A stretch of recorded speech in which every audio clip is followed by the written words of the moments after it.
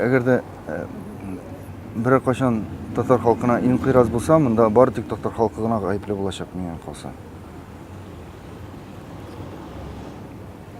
Ничек кенә авыр булмасын бу сүзләрне әйтергә һәм бәлки ишеткән кешегә дә беренче ишетү авыр булыр, ләкин без үзебез гаепле булачакбыз.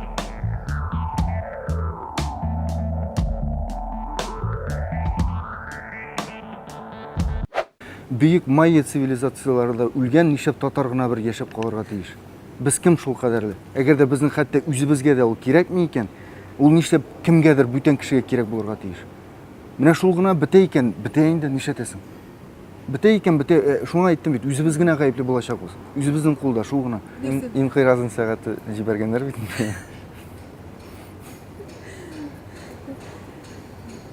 Белмим, менә мин бүген көндә кемгәдер теләсә кайсы мәсьәлә буенча, теләсә нинди мәсьәлә буенча барып киңәш сорарлык минем андый кешем юктыр.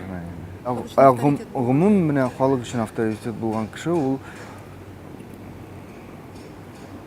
соңгысы Туфанов булгандыр. Соңгысы. Бездә бит конкуренция юк.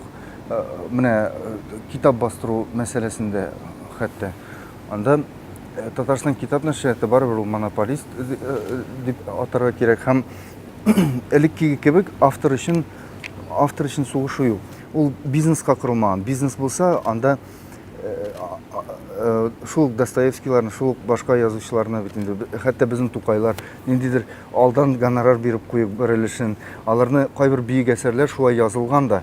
Мәсәлән, шул Зифа апаны еш кына сүгәләр һәм башкаларны. Ләкин мин ул булырга тиеш дип саныйм китап индустриясында, ул андый русча әйткәндә чтиво дигән әйбер бар бит инде. Булырга тиеш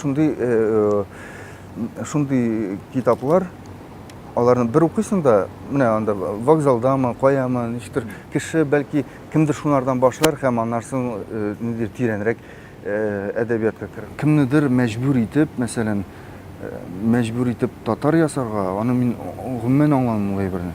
Булсын ул татар, ши татар булсын, мишәр булсын, ләкин ул үзен урыс дип атый икән, урыс булсын, ул нәрсәгә безгә андый кеше, мәсәлән.